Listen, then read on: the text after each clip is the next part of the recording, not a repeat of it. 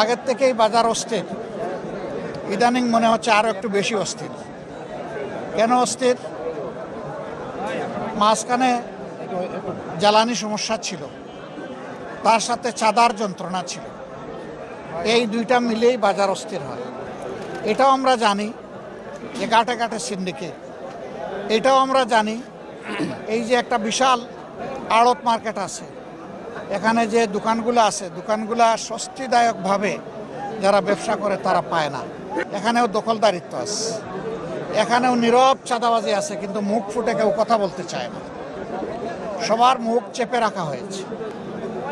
কারা করে এই চাঁদাবাজি? আফ্রিকার জঙ্গল থেকে এসে কেউ করে না, এখানেই আমাদের সাথে চলাফেরা করে, উঠা বসা করে, বসবাস করে এই লোকেরা এইগুলা করে। তাদের পরিচয় আমরা সবাই জানি।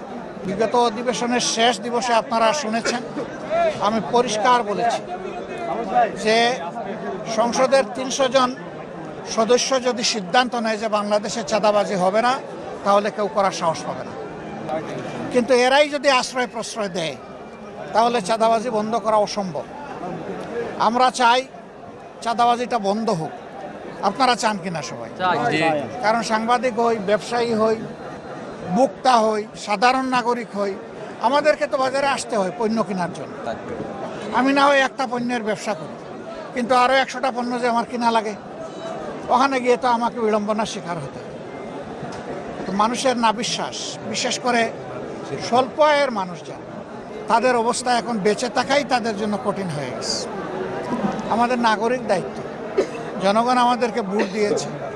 এখানে এই আসনের এমপি সাহেবও আছেন, আমি আছি, আমাদের ঢাকা মহানগরী উত্তরের আমির সেলিমউদ্দিন সাহেব আছেন। আমরা আজকে মহড়া দিতে আসিনি, অ্যাকচুয়ালি বাজারটাকে বুঝতে এসেছি।